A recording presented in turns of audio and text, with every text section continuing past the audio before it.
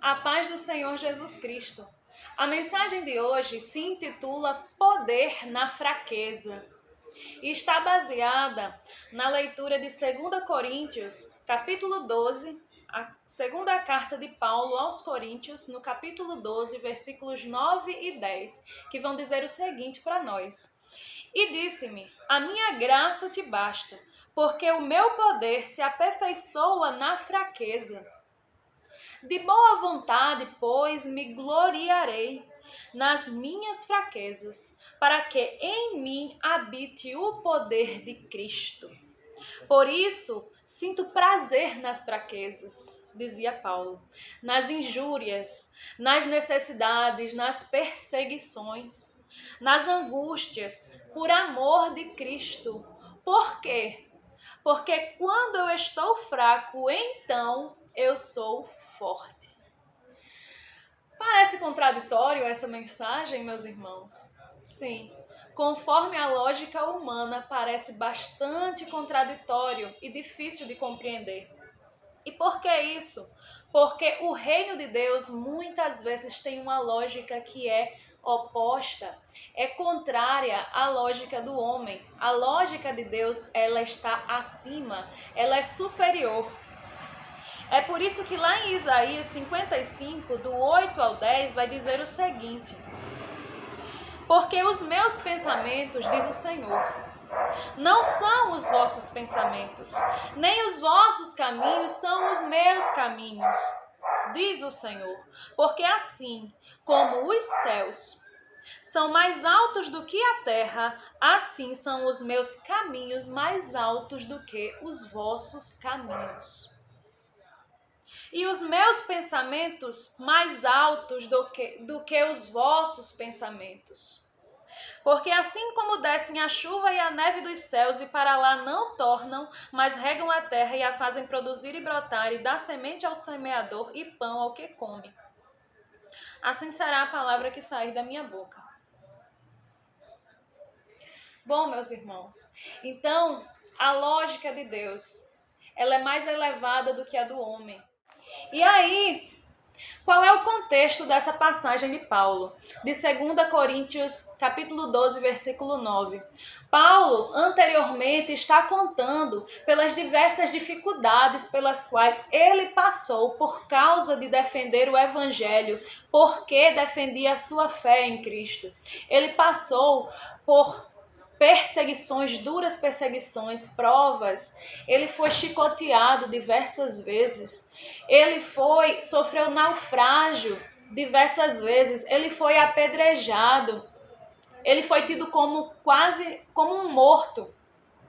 Ele passou fome, passou sede, passou frio, passou necessidade e tantas outras coisas. Foi injuriado, foi caluniado, foi perseguido. Tudo isso por causa do Evangelho de Cristo. Paulo tinha muitas experiências.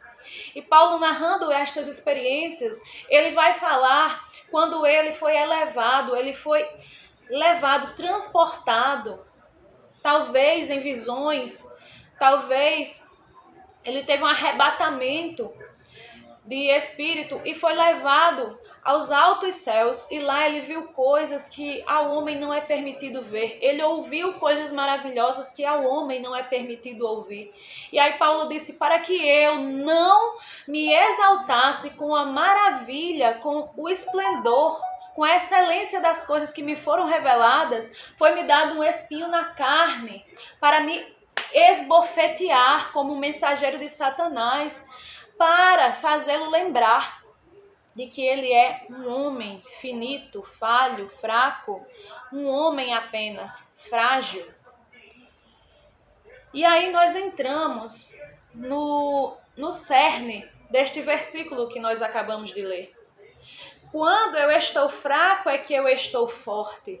Quando eu não me deixo levar pela soberba, pelo ego humano, quando eu não me permito exaltar, como foi dado aquele espinho na carne para que Paulo não se exaltasse. Quando eu estou quebrado, quebrantado diante de Deus, é aí que eu permito o trabalhar de Deus na minha vida, para que Deus revele o seu poder através de mim. porque Deus, ele não dá a glória dele a ninguém. Então, não é para que você seja glorificado. O poder de Deus, ele se manifesta na vida do crente para que a glória do Senhor, o cheiro suave de Cristo, o brilho de Cristo apareça e que nós desapareçamos, assim como foi com João Batista. E aí, nós entramos no tema da soberba. A soberba é abominável diante dos olhos de Deus. A altivez do homem é algo detestável para Deus. E não é bom que o homem seja altivo e orgulhoso, porque o Senhor não trabalha na vida desta pessoa. O Senhor, ele é inimigo do homem altivo, do homem orgulhoso, do homem que se ensoberbece. Tiago 4,6 vai dizer assim o seguinte: portanto diz, Deus resiste aos soberbos, mas dá graça aos humildes. Então o segredo é nos humilharmos diante do Senhor. Quando nos humilhamos, aí coisas grandes Deus faz por nós e em nós e através de nós. Deus aborrece, ele odeia o orgulhoso. Lá em Provérbios 6,16 fala que Deus aborrece o olho altivo, aquela pessoa que tem olhos altivos, olhos orgulhosos, olhos soberbos, que olham para os outros com desprezo. A soberba, lá em Provérbios 16, versículo 18, vai dizer que a soberba precede a destruição e que a altivez de espírito precede a ruína, a queda do homem. Então, o prelúdio, o que vem antes, a iminência daquele que está em soberba é a queda, a destruição, a ruína. É isto que a soberba atrai para a vida do homem. Nabucodonosor caiu, o rei da Babilônia, o grande rei Nabucodonosor. Ele caiu, ele foi destruído e Deus o avisou antes mesmo disso acontecer e mostrou para ele qual era a causa desta queda. Por quê? Nós achamos lá em Daniel 5,20, diz assim: mas, falando do coração de Nabucodonosor, quando o seu coração se exaltou e o seu espírito se endureceu em soberba, foi derribado do seu trono real e passou dele a sua glória. Podemos aprender com o exemplo de Nabucodonosor, que se ensoberbeceu. Isto porque toda a glória neste mundo pertence a Deus e ele não dá a sua glória a ninguém. É isto que diz lá em Isaías 42, versículo 8. A minha glória, pois, a outro não darei, nem o meu louvor a imagens de esculturas. Os exemplos, por outro lado, quando nós abrimos as Escrituras, nós podemos ver diversos exemplos de humildade que moveram o coração de Deus. Muitos homens e mulheres de Deus que exerceram a humildade. Jesus certa vez disse: aprendei de mim que eu sou manso e sou humilde de coração. Davi foi um exemplo de humildade, pois não quis o lugar que era de Saul. Ele respeitou até o fim aquele que havia sido ungido do Senhor. José também, por tantas coisas ele passou, foi escravo, serviu na casa de Potifar, com muita perseverança e humildade, até que o Senhor o exaltou ao cargo de governador do Egito. Daniel, Sadraque, Mesaque e Abdenego foram levados cativos para a Babilônia ainda muito jovens e com toda a humildade exerceram um papel de grande influência e glorificaram através das suas vidas e dos seus testemunhos de vida o nome do seu grande e poderoso Deus. E ali os babilônios puderam conhecer através da vida daqueles jovens humildes e cheios do poder e do Espírito Santo de Deus, puderam conhecer o único e verdadeiro Deus, o Deus dos céus, da terra, de tudo que há, o grande Senhor dos exércitos. Moisés também, lá em Hebreus 11, diz: Moisés não quis ser chamado filho da filha de Faraó, antes ele preferiu compartilhar do vitupério de Cristo e sofrer e padecer com o povo de Israel no deserto. João Batista era uma cana curvada ao vento. João Batista certa vez disse que eu diminua e que ele cresça. Eu não sou o Cristo. Eu não sou digno nem de desatar as correias da sua sandália. Voltando então ao exemplo de Paulo, Paulo passou por muitas e diversas dificuldades, perseguições e tribulações por causa da proclamação do Evangelho e do reino de Cristo.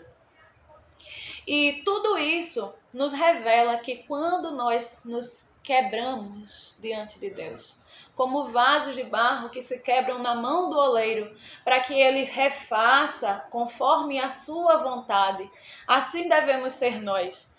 Porque Paulo passou por tantas dificuldades e ele, com isso, era quebrado, era quebrantado. E isso abre espaço para o agir de Deus nas nossas vidas. Deus não age num coração soberbo. Deus age num coração que dá abertura para Ele. De um coração que se abre, um coração humilde, um coração que se submete ao senhorio de Cristo. O coração soberbo não se submete, quer ser o seu próprio senhor. Os soberbos querem ser senhores dos seus próprios umbigos. Não aceitam senhorio sobre eles. Então, se nós queremos verdadeiramente vencer, devemos seguir o exemplo do nosso Mestre. Jesus Cristo foi o maior exemplo de humildade. Lá em Filipenses 2, 5 ao 11, vai dizer o seguinte para nós. Vamos lá, Filipenses 2, 5 ao 11. Diz assim: de sorte, falando de Jesus Cristo, de sorte que haja em vós o mesmo sentimento que também houve em Cristo Jesus, que sendo em forma de Deus, ele não teve por usurpação ser igual a Deus, mas aniquilou-se a si mesmo, tomando a forma de servo, o servo sofredor lá de Isaías, fazendo-se semelhante aos homens e achado na forma de homem, humilhou-se a si mesmo. Ele concordou em deixar a sua glória para se humilhar a si mesmo, sendo obediente até a morte, e morte de cruz. Não foi qualquer morte, foi uma morte extremamente humilhante, que o nosso Senhor precisou passar para conquistar para nós a vida eterna e a salvação. Pelo que também Deus o exaltou soberanamente e lhe deu um nome que é sobre todo o nome. Glória seja dada ao nome do nosso Senhor Jesus Cristo. Para que ao nome de Jesus se dobre todo o joelho dos que estão nos céus e na terra e debaixo da terra. Então aprendemos que Jesus concordou em humilhar-se a si mesmo. Foi esta a missão que Jesus veio na sua primeira vinda concluir. Ele se humilhou, ele esvaziou-se a si mesmo, deixou a sua glória que ele tinha nos altos céus. Então, eu queria fazer uma pergunta para vocês que me assistem. Como, se o próprio Jesus veio se esvaziar de si mesmo e tomar forma de servo sofrendo, como nós insistimos em nos encher de nós mesmos, das nossas próprias vaidades, dos nossos próprios desejos egoístas, da carne? Como nós insistimos em fazer isto e ainda dizemos que somos crentes? Como nós insistimos em fazer isso e ainda dizemos que seguimos o exemplo de Cristo? Porque nós fomos chamados não para sermos cheios, para nos encher de nós mesmos, de nossas vaidades, mas para sermos cheios do Espírito Santo de Deus, para sermos cheios de Deus, para transbordarmos Deus onde quer que formos, para transbordarmos o exemplo de Cristo através das nossas vidas. Não vivemos mais para nós mesmos, como Paulo falou lá em Gálatas. Agora vivo não mais eu, Cristo é quem vive em mim. Então, se queremos vencer, eu repito, precisamos seguir o exemplo do nosso Mestre Jesus. E como fazer isso? com alguns passos. O primeiro passo: reconhecermos as nossas fraquezas, as nossas limitações e a nossa natureza pecaminosa. Reconhecer que em nós mesmos nós somos tendenciosos, assim nos entregarmos a vaidades, assim nos ensoberbecermos por qualquer motivo, nos acharmos o dono das nossas vidas, nos acharmos melhores que outra pessoa. Mas não foi para isso que Jesus nos chamou. Primeiro, reconhecer tudo isso. Segundo, levar a cruz de Cristo. Tome sobre si a cruz de Cristo. Siga-o, leve a sua cruz após ele para poder ser discípulo dele. 3. Precisamos ser crucificados com Cristo, porque a palavra de Deus diz que aquele que quer agradar o Senhor, aquele cristão, ele já crucificou a carne, ele já não mais serve as direções, as orientações que a carne dá a ele. Por mais que esta batalha entre carne e espírito ainda aconteça dentro do nosso intelecto, mas nós não precisamos seguir as ordenanças mais do pecado e nem da carne. Nós somos libertos disso tudo pelo sangue de Jesus Cristo, que nos libertou, que comprou a nossa salvação, que pagou o preço para nos livrar do pecado. E 4, tirar as vendas da realidade terrena.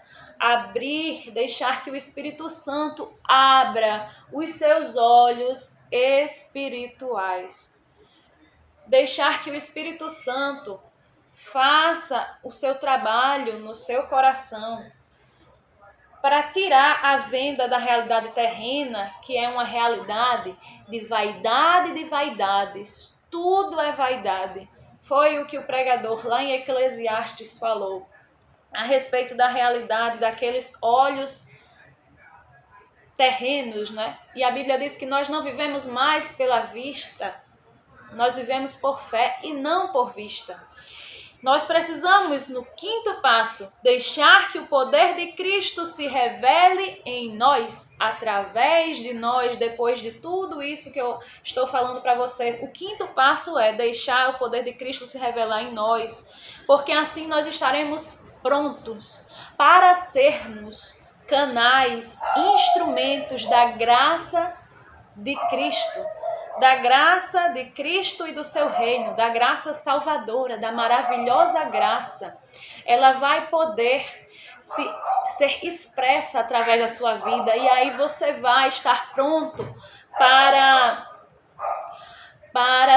espalhar o aroma de Cristo, para espargir a luz de Cristo, fazer como se fôssemos um espelho que reflete o brilho e a glória do nosso Salvador, do nosso Deus.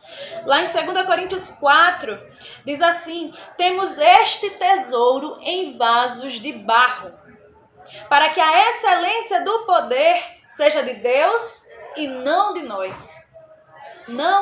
Nunca foi sobre nós. Sempre foi sobre Jesus. Ele é o autor e consumador da nossa fé. Ele é a figura principal, onde centraliza todas as coisas nele. Todas as coisas existem em Cristo, são sustentadas por Cristo. E nós também precisamos ser assim, submetermos tudo a Ele. E que a glória seja dada ao nosso Deus, que nossa vida sirva para dar glória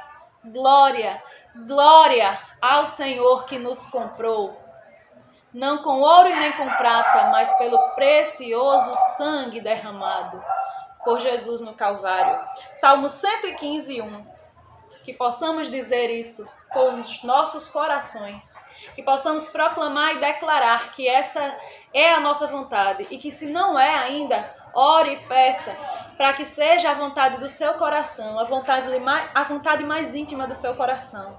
O salmista do Salmo 115 diz: não a nós, Senhor, não a nós, mas ao teu nome dá glória. Glória ao nome do Senhor por tudo. Amém.